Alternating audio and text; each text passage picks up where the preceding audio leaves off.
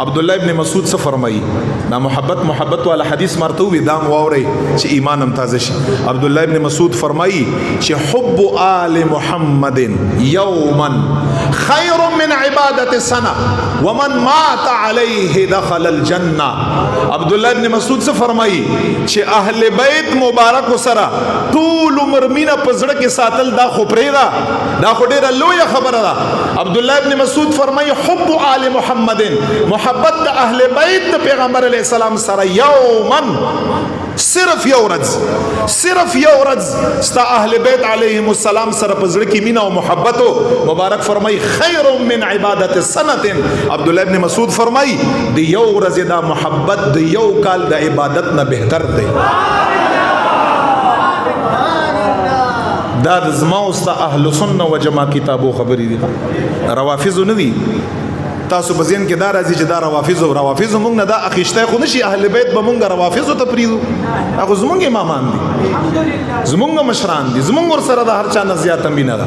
او بیا څه فرمایي حدیث کې مخکې ومن مات علیه دخل الجنه ضمانت ته. ها عبدالله ابن مسعود فرمایي څوک چې د اهل بیتو په مینه او په محبت باندې مړ شو چې په زړه کې د اهل بیتو مینه و دخل الجنه جنت ته به داخلهږي قیامت پر ورځ.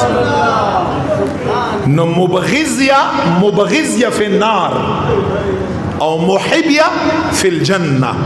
محبت کون کا یا په جنت کې دی او مبغض بغض لرون کا نعوذ بالله فی النار دی. نو دی وجنا مونږ په اهل بیتو کې الحمدلله ټول مونږ ته محترم دي، کاغه اهل بیت نسب دی او کاغه اهل بیت ولادت دی او کاغه اهل بیت سکنا دی. دا زموږ د ایمان جز دی. مونږ دوی سره مینه او محبت دی. د دوی مبارکانو د صحابه مبارکانو یو کور دی، خپل منځ کې سره مینه محبت ډیره زیاته وا. الله د مونږم اهل بیت علیهم السلام سره پزړو کې مینه پیدا کا. دا کومه خبرې شمار ته وګړي چې د یوې ورځې محبت یا د یو کال د عبادت نه بهتر دی.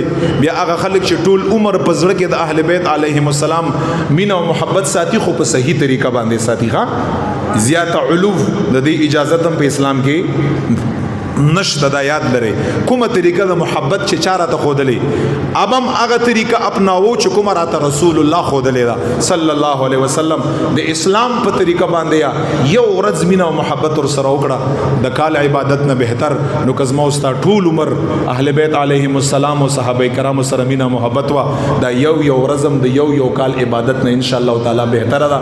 الله تعالی د زمونږه اهل بیت علیهم السلام صحابه سره مینا محبت پیدا کا او په دغه مینا محبت باندې الله تعالی مونږ او تاسو لمرګ راکا.